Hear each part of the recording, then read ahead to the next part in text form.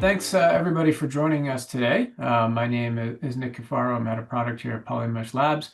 With me is Joaquin Ayuso from the Chief Product Officer at AlphaPoint. Just a quick intro on my part. Polymesh, for those who may not know, is a purpose-built public permission blockchain, a sovereign layer one, that unlocks financial products and streamlines workflows with regulatory compliance, issuance, and settlement. We have been in operation for over 5 years, and we are good here to talk a little bit more about that after I hand it over to Joaquin for an intro. From our standpoint, AlphaPoint provides institutional-grade digital assets infrastructure, powering exchanges, brokerage, payment networks, and banks with secure, compliant, and scalable solutions for tokenization, trading, custody, and lifecycle management. AlphaPoint has served over 150 customers in 35 plus countries. If you want to know more, just go to alphapoint.com and you'll get as much information from us as you can get there. Excellent. Okay. With that out of the way, on to some of the more fun stuff today, Joaquin. I'm really glad to be speaking, with you today. I think, as we've gotten to know each other over the past little bit, we both share a passion for transforming, financial market infrastructure, have some deep expertise in these areas, and excited to where the conversation is going to go today. Likewise, it's going to be great. Awesome. Okay, so state of institutional tokenization. I mean, where to start, right? That's a pretty broad topic, but from my side, I think there's obviously what folks see in the headlines, money market funds, stable coins. That's been, taken up the bulk of, I think, the press and mind share for the last couple of years now, and certainly the Genius Act in the United States has helped accelerate that. What I want to sort of, from where I sit in, Polymesh being designed for RWAs, want to talk a bit about was just what it means for the more securities related types of instruments. So, if you're doing a Reg D, or a member-based LLC for a real estate transaction, what does that type of tokenization look like? And we've done a number of these types of projects now, and I can say from where I sit, I think part of the biggest problem, if that we really haven't seen a lot of as mass adoption as we think is, it is actually with the market infrastructure, right? Like I think for traditional systems and traditional issuances, it's a very difficult transition over to utilizing distributed ledger technology or blockchains. And then, sort of on the flip side of that is a lot of the existing blockchain-based infrastructure has been, was designed for crypto. And it's a really different workflow when we start talking about actual security settlement versus crypto settlement. And I think that's what, really excites me about the integration and collaboration with AlphaPoint is you've got this really, deep sort of background in, market infrastructure and exchange infrastructure. Now we're combining that with, the purpose-built workflows of Polymesh really makes it easy for folks to, get on board with these new workflows and rather than having to sort of stitch together, a number of different complex smart contracts or introduce operational risks that regulated players aren't really looking to take on now. Um, and I wanted to sort of get your take on some of the, potential issues or things that you've run into when you've encountered some of these projects in the past. So the biggest tokenization on the financial markets have existed for a very long time, right? The difference now is that the tokenization that it's happening now with the blockchain has a completely different flavor to what the standard tokenization has been done in the past, which is there is the ability to do a real-time exchange of value versus the asset. And therefore, you start removing layers and layers, including clearinghouses in most instances of how that exchange happened, bringing the reliability of a blockchain-based technology with a untampered ledger that you can track with the ability to transfer the asset ownership in real time when the money is being used, right? I strongly believe that all the issuers were waiting for the regulators to start popping up and start helping them on the value side of a transaction because the issuance side has been regulated for many years. There is the custody, the transfer agent, the issuer, there is ATS, there's many frameworks to allow the tokenization happening digitally. What was not regulated enough is the value side to allow the tokenization on the blockchain to be leveraged for financial products. So it is really exciting to see that finally the industry is moving to that place. Real time, the ability to have that ownership happening on a user control wallet with private keys. It's a very exciting move. It will definitely expand the reach of all these financial product issuers to a broader audience than what they can issue today, right? We're going to talk about the challenges that still lay ahead of us, but I strongly believe that 26 and 27 theme is going to be all about these financial tokenized products and the use of the stable coins as rails to give access to them. Yeah. I mean, I couldn't agree more. I think once you have the ability to pay for something with a stable coin, I think what a lot of folks may not necessarily realize is you have access to that entire liquidity network. It's not just not the necessarily the users on that platform or even that chain. As soon as you have wallets that work with stable coins, like, you're able to exchange the value that tokenized value for the stable coin, and really anybody who has access to that stable coin is able to participate in that. So it is a big amplifying effect when you're connected to that network. Um, and yeah, I do think we're going to touch on the operationalization part in a bit. So I'll hold off on some of the things that I've wanted to mention on the operational side because you made some really good points about the workflows. Um, let's get into, I think, some of the next section now, like what's working. So we talked a bit about some of the mentioning some of the challenges in the intro, but what's working. On our side, I think we've seen a couple regulated issuances of real estate tokens. I think what's working in the favor for that asset class that I've found kind of interesting is it's the first asset class that I've encountered where privacy of ownership doesn't seem to matter so much, both from the regulatory side or from the investor side. There's kind of a long history of property registers being public. Um, People tend to know who owns the building or the real estate company behind it, and it just really hasn't been as much of an issue as say a certain institutional investor not wanting folks to sort of see what their strategy is or their open order positions or any of that sort of information, or if they're trying to acquire equity in a company quietly, they don't like to know that those um, that kind of stuff can be tracked. So confidentiality and privacy, as it relates to equities for certain companies, doesn't seem to is a challenge. But for real estate, that's been one where this seems to work. And I think I heard the other day, a good example of or a good analogy for what how that can kind of work is, someone said, the value of owning like a big giant gold bar. And it's great that you own it and it has, a ton of value, but it's a lot harder to get out of that product, when you need to, because the number of people that can buy an entire giant gold bar, right, it is quite difficult. But once you tokenize that asset, much like with real estate, you're really opening it up to a large number of investors. And so that's one where there's been a few issuances both in Canada and in the U.S.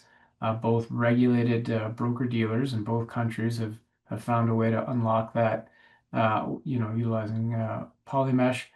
But that for me is one that's finally starting to move forward. And I think the other interesting part about that, the question that comes up all the time is, okay, well, why wouldn't you just own a REIT? And the answer there is this is, the direct ownership of the property, not on the property registry, as we were sort of chatting about before, but it's still ownership of a company, then the company is a registered owner on the property registry system. But that direct ownership of that entitles folks to the tax benefits that typically flow through to the trust entity in a REIT or otherwise. The other thing it does is it's doesn't you're not beholden to what the syndicator might do with that asset, whether they lever it up or not, whether they decide to sell it or not, right? You have direct ownership through again through the commercial vehicle, but you still have direct ownership of that. So that's one where it seems to have found some success. Excited to see the secondary market with that real estate focus also coming on board shortly, and trying to ensure that all kinds of investors now will have access to these types of assets that typically are just only available to institutional parties. Yeah, it is interesting to see how there are a few trends happening in the tokenization arena. One of them is those who believe that tokenization will allow to like fragment larger pieces and therefore give access to people or investors who didn't have access before to the larger piece or needed a distributor to access or a vehicle to access to that larger piece. As you mentioned, it could be property equity, it could be like a gold bar. It could be like even a bond from an organization issuing their own bonds. So that's one of the trends. The second trend is a second trend in the tokenization arena is about how to tie the ownership digitally to the token and make it happen. So you can see startups just starting to run into the struggles of like, okay, what is deemed, what defines the property, what defines the value of property, and links the person or the physical person or the non-natural person to the actual asset. And then they end up always in the same place, which is government related registries that they need to basically work with to make that happen. And they find themselves having to lobby so there's another raft of the startups going that way. And then there's a third trend that I've noticed in the market, which is those startups that are flying over both of those problems, and they're just allowing anyone to tokenize anything they want, and just put it out there in the market, and just be just technology platform for those tokens to float freely on public blockchains and be done with it. So it's going to be interesting to see which of those trends are going to matter most. For instance, when we're talking about properties that don't need registries and can be handled by the issuers themselves, you can see that the trend on those is more leaning towards the fragmentation of that property. That would be, for example, the issuance of money market funds or issuance of other financial products, even company bonds, right? Those depend on the registry of the issuer. There is no like formal registry that you need to follow on, and Mhm. therefore those are going to be the first ones that are going to like start flourishing in the market very quickly.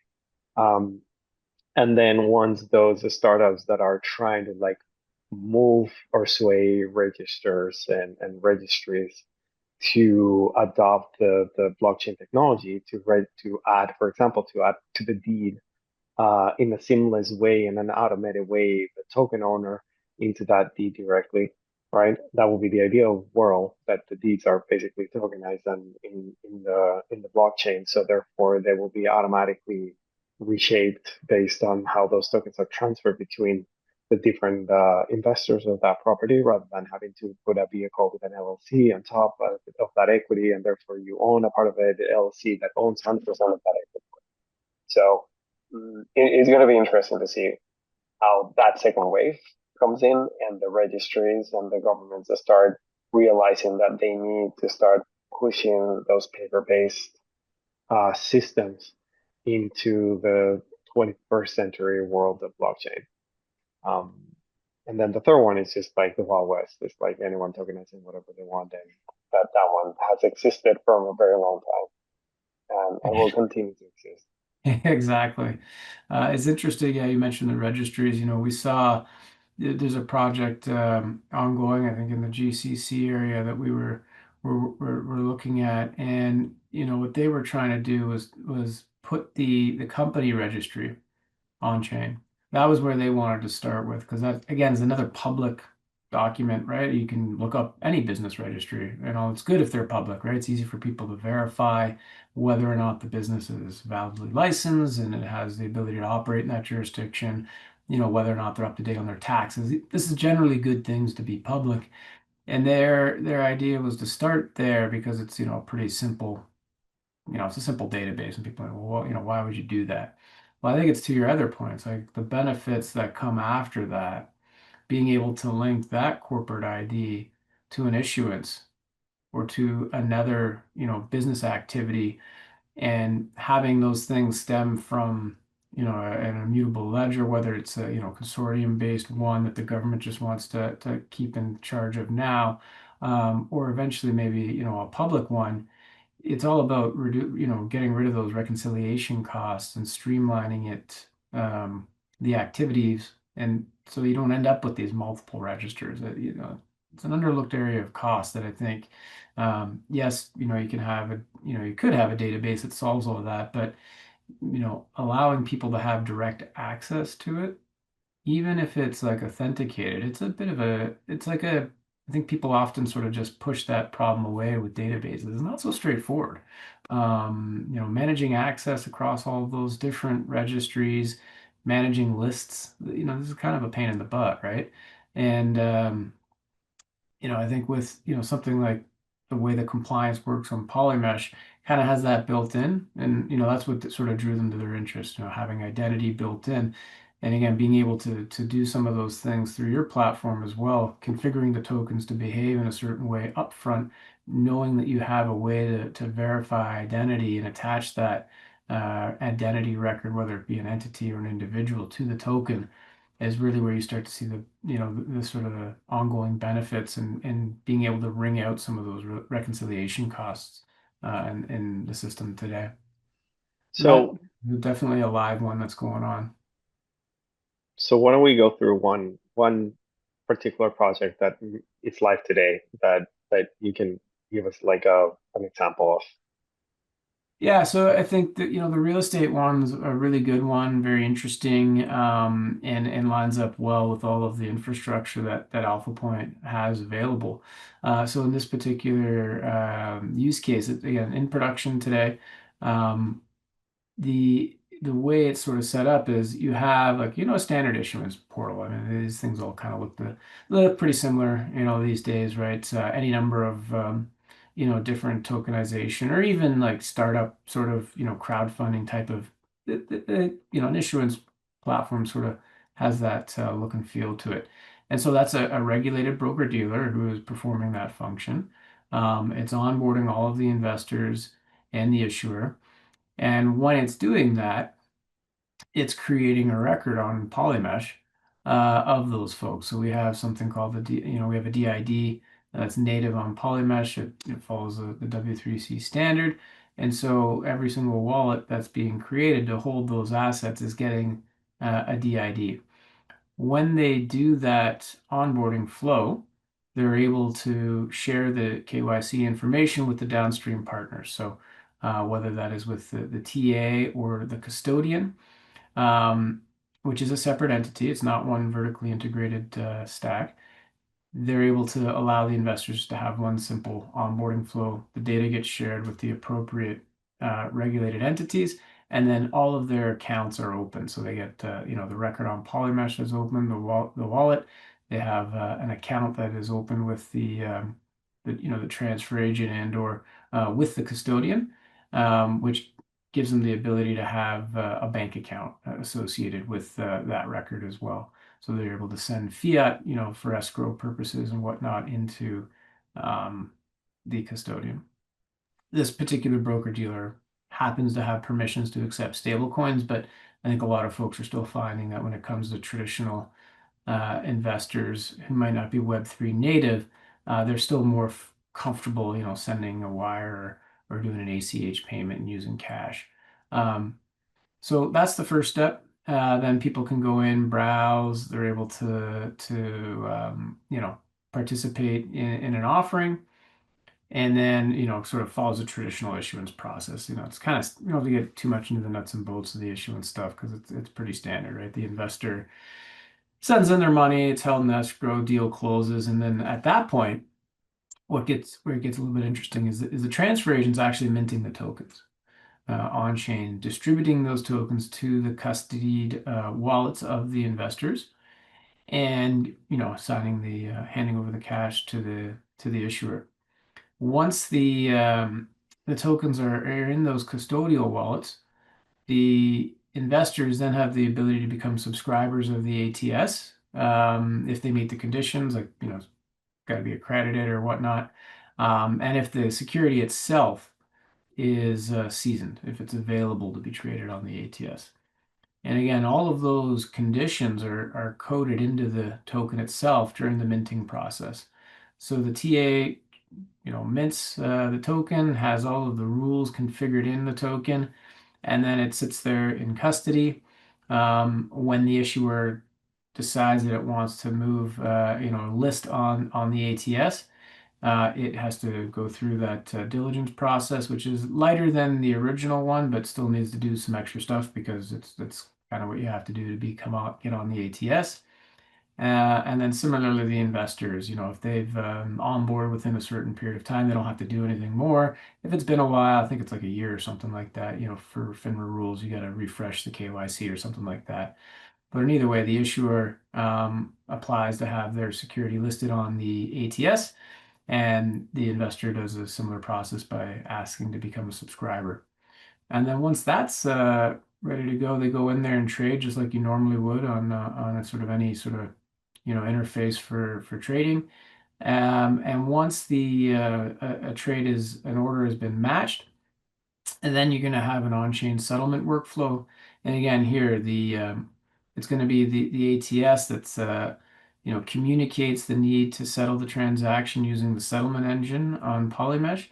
And then the TA is the one that is responsible for checking the conditions of that to make sure. Now, it's far more automated on Polymesh because we've got those rules. And the TA has assigned an attestation to the investors as they enter the ATS, knowing that they're able to trade those products. So it's a pretty quick it's an automated process where they can verify, the verification of the compliance rules is done. The TA is able to automate that sign off, and then settlement happens. And it's again can happen in stablecoin. The fiat aspect of it can be done through a receipt process, where you have it's sort of an on-chain. Um, you have some record of the off-chain fiat movement that gets, like, I put in the memo field on chain as a receipt, and so you kind of have this, like, coordinated workflow mechanism that the blockchain is able to be used for that purpose.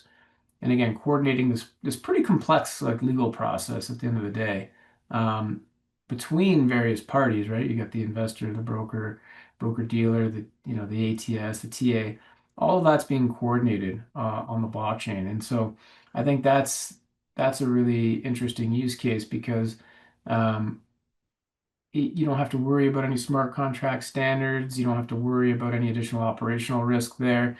It really just allows the transfer agent to sort of do what they want to do, which is, can these two parties trade in this security, um, and limits the custodian to doing what they really want to do, which is just keep private keys safe, and then sign transactions when I'm told to sign transactions and I'm allowed to sign those transactions. So nobody else is really getting outside of their core skill set. And I think that's why it was something that came together in about a year. So it's pretty from getting approved actually by FINRA to getting into production. It was almost like, yeah, I started about this time last year, so close to a year to get the whole thing into production from all the regulatory side, as well as the tech, is a pretty impressive feat. So it's an exciting thing. And, I think for anybody who's starting or looking at similar types of workflows or projects, really anywhere around the world, I think with the Polymesh AlphaPoint integration, those workflows are repeatable because they're built into the native blockchain. So it's not a terrible lift, and they can really take advantage of the infrastructure that together our two entities have built for them to use. So a bit long-winded, but it's kind of a long workflow, a lot to go through. But that's a real, in production use case, and we think it's pretty exciting.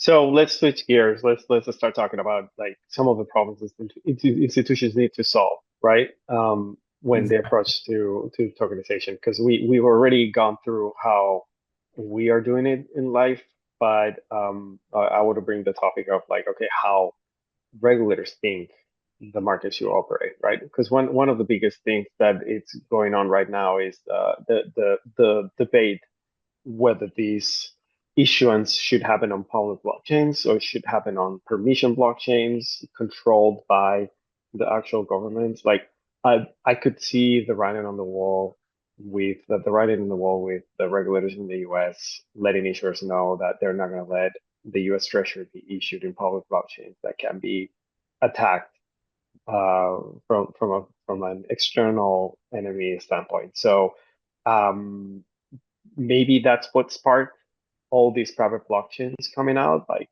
Arc or Tempo or Amazon's and Google's, kind of like trying to like counter that argument that the regulators will eventually pose to the public blockchain issuance, right? Hmm. What does the organization need to do? Because all of a sudden we're going to find ourselves like if I am a customer that want to access to those tokens, then that means I'm going to need to have my provider integrated with that blockchain issue wallets to be. Those wallets would need to meet the standards of a regulator in terms of maybe they need to be KYC wallets or they need to be extra KYC wallets with extended due diligence or there needs to be more requirements for those wallets to be issued to me, right? So how will institutions be able to burden with that or what do they need to do to make that happen? Yeah, I think that you hit the nail on the head there. I mean, wallets are going to be where all the regulatory scrutiny happens in the future, right? Like, well, and obviously the blockchains themselves. So, um, who's validated? Who are the validators? Those are the two things, right? Like, who's in charge of the wallets, and who's in charge of the node operators, essentially, or the validators on the network. To a lesser degree potentially, but also not to be is the governance mechanisms for upgrading the chain, right? That's another one that is definitely something that they're going to be looking at. I know that a lot of that stuff. I think the GBBC Global Blockchain Business Council has done some interesting work on our risk management framework there. Um, but those are the three areas I think, the IBM's, release was kind of interesting to see, the DFNS wallet kind of trying to attack that problem, just like you laid out, right? Like, okay, let's put it inside, the type of infrastructure that they're already utilizing today. And again, it was very, all about, wallets, right? Um, and then, making sure that that was done in that sort of secure way.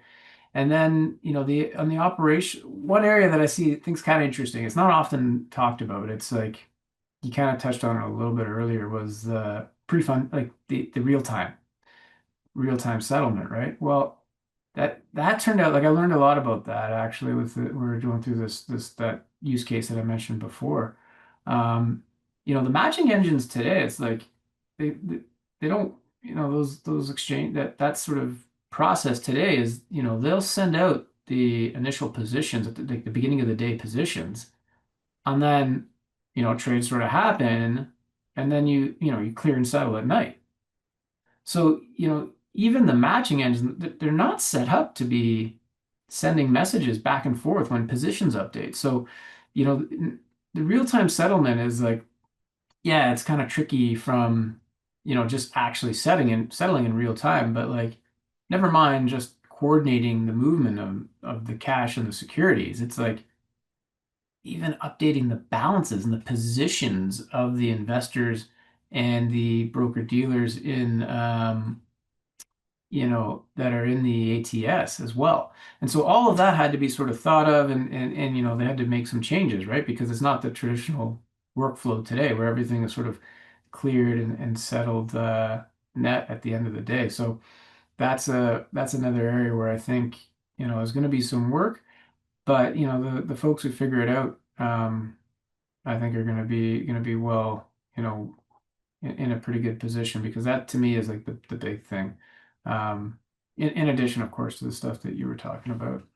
So But one of the yeah, so one of the potential things is like if you look at how the crypto exchanges work, right? The centralized ones, not the decentralized, where the exchange happens instantly on a smart contract. On a centralized one, usually what you're going to see is like two trades model where there is a counterparty providing the liquidity and then LPs behind if they're the one hydrating the order book, and then therefore the transfer of the value does happen in real time, but it's a pseudo transfer of value because the actual owners of that token, specifically ERC20s usually, are not selling directly with the end user. They're selling with a liquidity aggregator that then settles with the end users so that it can bring the real time. And the only reason why that happens is because most of the pairs that are traded out there in centralized exchanges require fiat. These are fiat to crypto or crypto to fiat, and therefore the fiat portion of it is what brings the lag to that settlement, right? Because the payment systems and the payment networks and rails are not prepared for that real time. Slowly, they're getting there.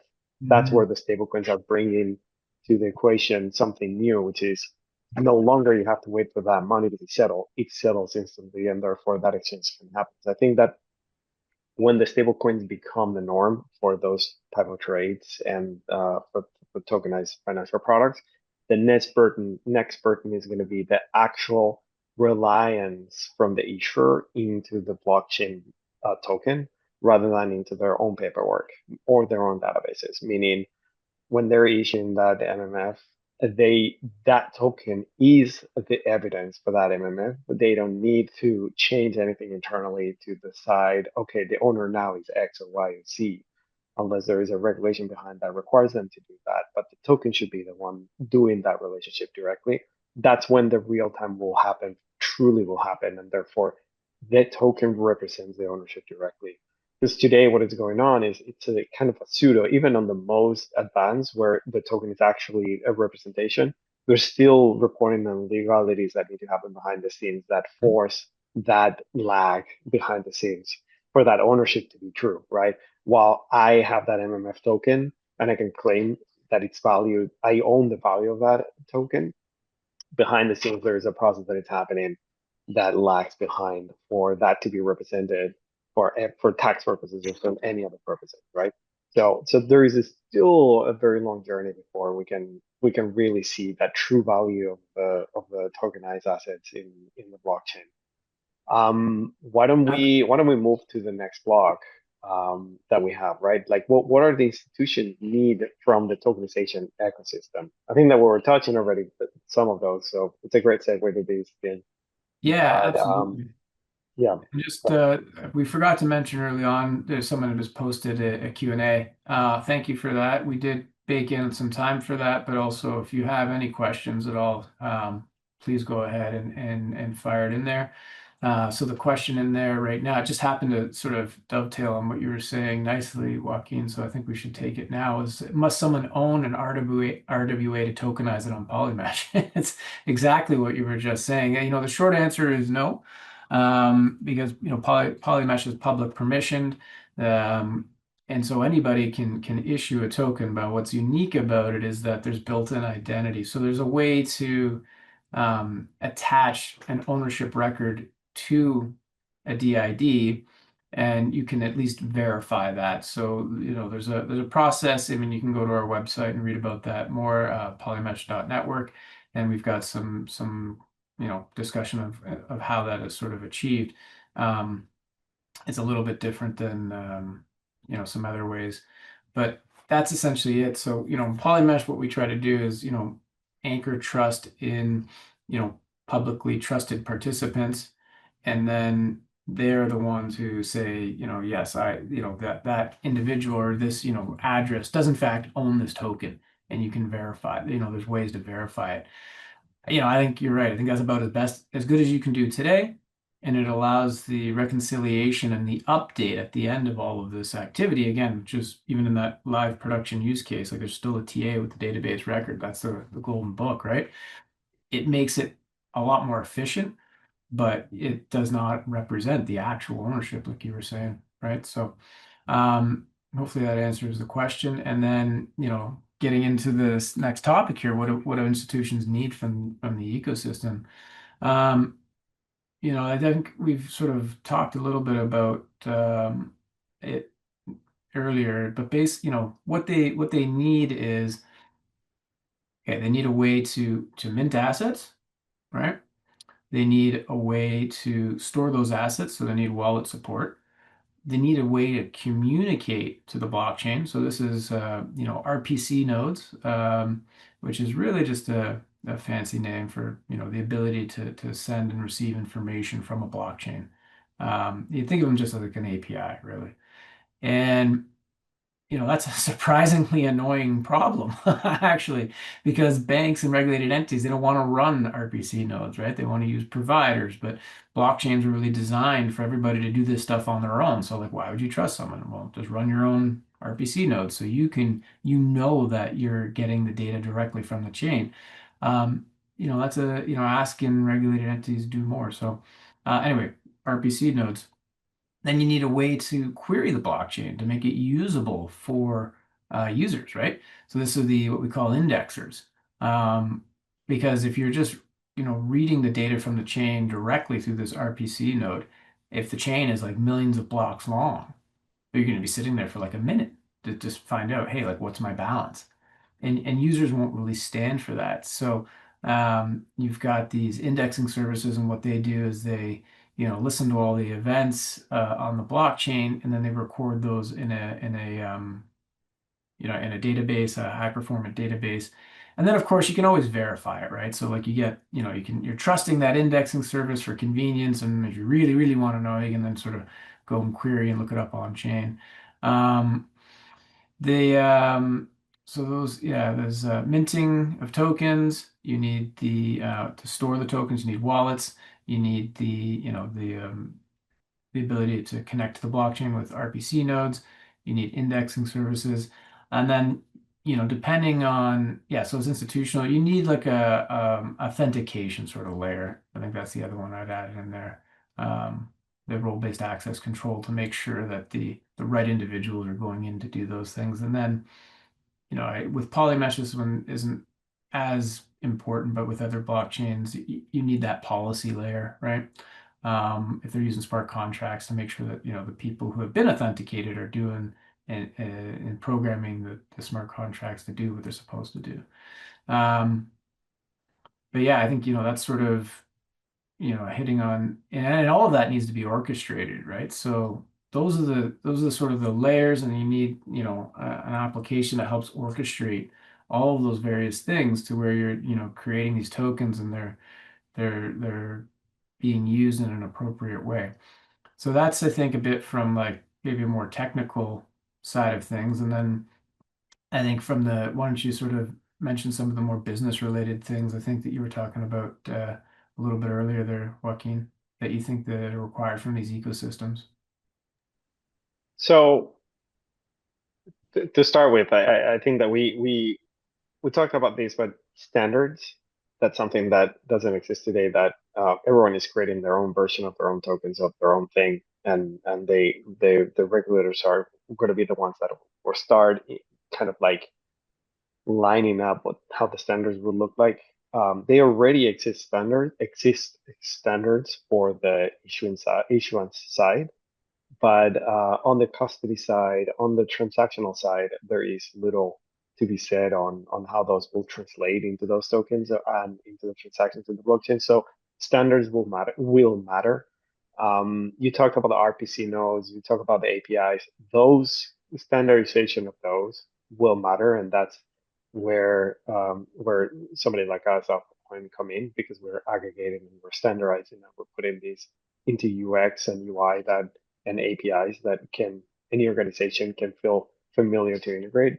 rather than talking like gRPC with a node. And then another thing that is going to happen is unit economics. There's going to be unit economics that will be handled from when the migration happens to the blockchain, those unit economics will change. Therefore, that's going to be a big driver for issuers to choose tokenizing on blockchain rather than traditional means when they see that the unit economics make a lot of sense for them.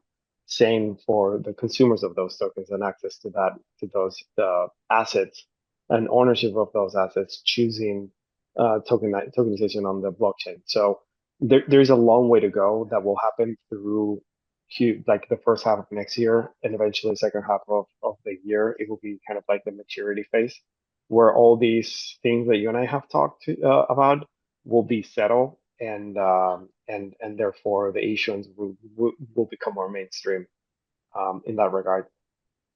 I want to mention that we are on in time for answering some questions. There is a question for you from a wealth management firm out of Geneva that you may want to answer. Yeah, no, thank you for that. You asked that, and I think Polymesh here is it's important to know that much like um, AlphaPoint, we're primarily technology companies, so Polymesh itself is not a broker dealer. But what I'll do is sort of I would refer you just to the website and submit a request. Um, through one of the boxes on there to email, or you can email info at polymesh dot network directly, and myself or someone from the team will reach back out, and perhaps we can route you to the right partner in our network that can help with that. So we can be the transport layer, so to speak, but we're not a regulated broker dealer either in the United States or in the EU, so we can't actually perform that issuance for you. Any other question? So Sorry, go ahead, Joaquin. yeah, Yeah. yeah, on the bottom you're going to see a Q&A button. There you go. So pressing that button and you're going to be able to type any questions that you may have for us, and we're going to be able to see it in real time. There's another one that just came in. I can read it out loud. Yeah, I Um, see that there. I set up a crypto fund and find a way to be native. So I think that individual is sent in something already. So we'll make sure that we get back to you. Thank you. okay, just write us to our contact information and we'll be more than happy. I have another question for you, Nick. Like, which institutional challenges seem to be consistently preventing tokenization projects from moving beyond the like POC stage? Yeah, I mean, definitely like internal sort of pressures and buy like those are more sort of standard. I think it's not specific to blockchains, like any innovation type project where if there's not like a strong recurring business revenue associated with that, then they can kind of get stuck in that POC phase. Um, and then, the other one would be certain regulatory challenges, depending on, if it's a bank doing it in particular, they'll have to be able to do it only in a sandbox environment, like we're seeing with the FCA. There's caps on how much you can do, so it's a bit limited that way. So I think there's the two main things there is mostly, the internal to the organization pressure, just general business casing type of stuff, and then external through the regulated permissions that are required can stop stuff if it doesn't if they don't allow them to do it in Yeah, production. yeah. So let's wrap it up. I think that we're running over our 45 a lot of minutes. Let's go to the final conclusions. I will go first quickly. Um, Tokenization, the first wave of tokenization is going to happen on those assets that can be issued directly by the issuers and don't need a regulation body to handle them, or registry to handle them, public registry to handle them, and therefore they're going to be easier to put in the blockchain. That first wave seems to be in the financial system world, financial products and investment products, which is a great move because it will allow liquidity of the stablecoins to flourish outside of the US because there's going to be a lot of demand from outside of the US investors that will want to access to the US products, while as before they had to go through the intermediaries and open bank accounts in the US to be able to do that, which is very cumbersome. Now they can just have the stable coins, integrate the transfer agent, and be done with it. So there is going to be a flourish of liquidity popping out in outside of the US of the US based stablecoins used for buying these tokens.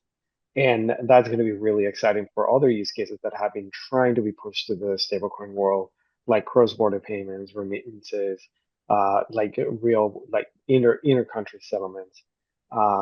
These were always constrained by the access to like outside of the US liquidity to local currencies, and this new tokenization wave will push that liquidity out of the US into those countries, and therefore retro feed all these new use cases. I'm really excited about what's coming next, and the fact that we're being part of that wave is very exciting.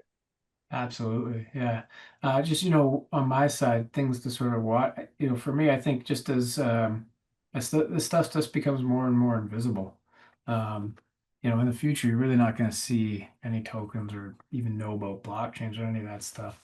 That's the key trend that I look for, and the other one is the privacy sphere. So it's more, there's going to be a lot more activity, I think, in 2026 and certainly into 2027 with respect to privacy. I think if we get some solutions that are going to work for that, it'll really sort of make this stuff move a lot faster. So I know I think that's we're at time here. So thanks for keeping us close to the time, Patrick. And it was really great today. I had a lot of fun. So thanks, Joaquin.